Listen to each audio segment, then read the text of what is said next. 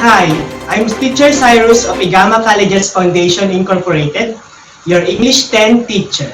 And now we're going to talk about on how to use information from news reports, speeches, informative talks, and panel discussions in our everyday conversation and exchanges. Now, what is a news report?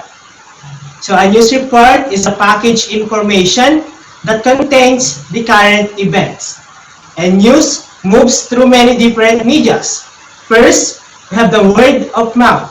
That is when a person is talking to someone else regarding a certain incident. Next, we have the printing. We have the newspaper. Third, we have postal systems. That is the placards of information that has been posted in the walls. Fourth, we have broadcasting. That is the mainstream of news report wherein we can watch it through television and listen through radio broadcasting. Lastly, we have electronic communication wherein the main source is the internet. The internet wherein we can access information or news through our Facebook account, Instagram, Twitter, and even in YouTube and any other social medias. So news reports are found in newspapers and their purpose is to inform readers what is happening in the world around them. News reports have a certain structure that you need to follow and they call that the inverted pyramid, just like the picture below. So you can see there's a headline, who, what, when, where, why, and how. And then news reports begin with a headline. It should be catchy always, since it is the main highlighted in the news. So we have the lead paragraph, which is often only part of the story people read, and they actually use the 5 W's. Who is involved? What took place? When did it take place? Where did it take place? And why and how did it happen? Also, the body of the news reports give more details and provide more information about the why and the how of this story. And the tail contains the less important information, but is only omitted by the newspaper editor if there is not enough space left in the newspaper. So secondly, we're going to talk about speeches. So what is a public speech?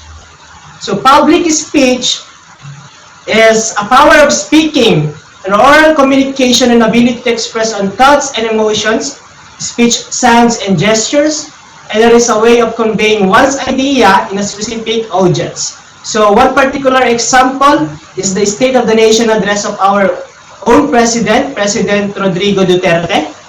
So we have the three types of speeches. First, we have the informal speech. So this speech is intended to inform and to share new ideas and build perception about a specific topic. And this goal of this speech is to give the audience a new understanding or a new appreciation of some topic with which one might be familiar, just like inside our classroom. So the discussions, lecture forums, and even orientation, that is an example of informal speech. Next, we have the persuasive speech. And this speech is written to convince the listeners of the validity of the speaker's argument. This might involve convincing someone to change their opinion or at the very least take into account some ideas and particularly make someone believe in what you are talking about. Next, we have the argumentative speech. And this type of speech tries to change the reader's mind by convincing him or her to agree with your point of view. This attempt to be highly persuasive and logical. It usually assumes that the reader disagrees with the writer, but it should be noted that the reader is no less intelligent than the writer. One particular example of argumentative is no other than debate, wherein we have to present your proposition and make someone believe in what you're talking about. So after that, we are going to talk about panel discussion. A panel discussion, or simply a panel, is a public exchange of ideas, giving experts and audience members the chance to discuss a particular topic. And discussions are often used to delve into politics, issues affecting communities, and academic topics. The panelists discuss the issue or topic with each other by asking questions or reacting to the views and opinions of another panel members. Of course, a specific amount of time should be established, and the leader or moderator closes the discussion and provides the summary of panel presentations and discussion. When doing a panel discussion, time management is very much important. So also, you have to choose the proper topic. For instance, your topic is a Philippine educational system. You have to choose the right audience or participants. So we're going to choose teachers. And for the leader or moderator, we have to choose the principals or any guidance counselors. Now we're going to talk about the sources of information. We have the primary sources, that is an authentic and have not been evaluation or assessment. This report discoveries sharing first-hand information. These are written to give you a certain period of time of research and vary depending on the context or in discipline.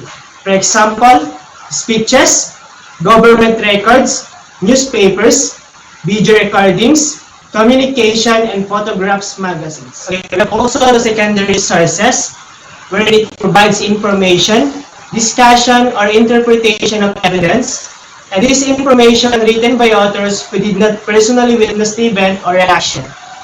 This vary depending on the context or in discipline. For examples, commentaries, histories, critics, journals and magazines, evaluations. And lastly, we have the tertiary sources, which serves as a collection of primary and secondary sources. Here are the examples: bibliographies, almanac, encyclopedias, directories, abstracts, database, dictionary, complete animations regarding to this lesson is available in our NEO LMS, Messenger, and Google platforms. Remember to send me your exit responses on our chat room following the given patterns. First, the 3 things you learned today. Second, 2 things you found interesting with this lecture. Lastly, 1 question you still have on your mind regarding this lesson. Rate also your understanding of today's learning by sending one of the following emojis: satisfied, happy, confused, boring, sleepy. See you again in our next lesson. May you have a wonderful day.